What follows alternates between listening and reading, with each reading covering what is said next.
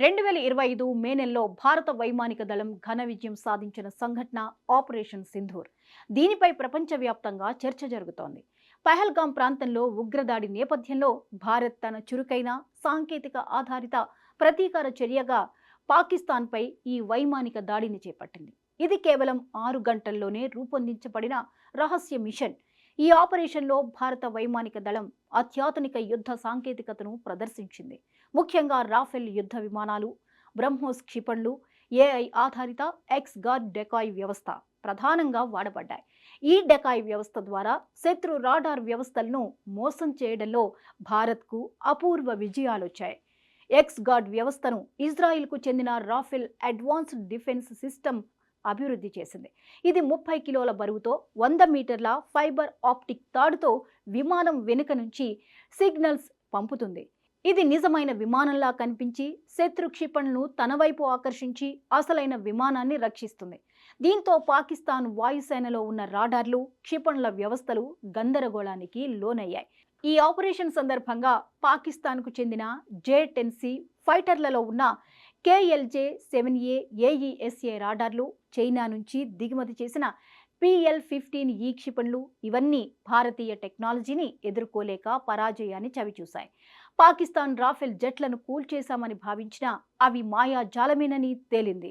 America మాజీ వైమానిక pilot ర్యాన్బో డైనహమర్ ఈ ఆపరేషన్ను ప్రశంసిస్తూ ఇది ఇప్పటి వరకు నేను చూసిన ఉత్తమ టెక్నిక్ అని అన్నారు. పాకిస్తాన్ను మట్టుబెట్టడంలో భారత్ ఆర్టిఫిషియల్ ఇంటెలిజెన్స్ ఆధారిత సాంకేతికతను వాడిందని అమెరికా మాజీ పైలట్ ర్యాన్బోడెన్ హైమర్ తెలిపారు. ఇందులో ముఖ్యంగా ఎక్స్ గార్డ్ డెకాయ్ వ్యవస్థ అనే పరికరం ప్రధాన పాత్ర పోషించింది. ఈ పరికరాన్ని రాఫెల్ అడ్వాన్స్డ్ డిఫెన్స్ సిస్టమ్స్ అనే కంపెనీ తయారు చేసింది. ఇది చాలా శక్తివంతమైన యంత్రం. 500 వాట్స్ శక్తితో 360 డిగ్రీల చుట్టూ జామింగ్ సిగ్నల్స్ పంపిస్తుంది. అంటే శత్రు రాడార్ సిగ్నల్స్ను అడ్డుకుంటుంది, గందరగోళం కలుగజేస్తుంది. ఈ పరికరం సుమారు 30 కిలోల బరువు ఉంటుంది. ఇది విమానం వెనుక 100 మీటర్ల దూరంలో ఫైబర్ ఆప్టిక్ తాడుతో అనుసంధానంగా ఉంటుంది. ఇది నిజమైన విమానంలా కనిపించి శత్రువులను మోసం చేస్తుంది. శత్రు దేశాల రాడార్ వ్యవస్థలు, క్షిపణులు నిజమైన విమానాన్ని గుర్తించడంలో విఫలమవుతాయి. డాప్లర్ ఎఫెక్ట్ను కూడా అనుకరిస్తుంది. అంటే చలనాన్ని బట్టి సిగ్నల్స్ లో మార్పు వస్తుందని రాడార్ కనిపిస్తుంది. శత్రు దేశాల క్షిపణులు నిజమైన విమానాన్ని కాదు, ఈ డెకాయ్ పరికరాన్నే లక్ష్యంగా తీసుకుంటాయి.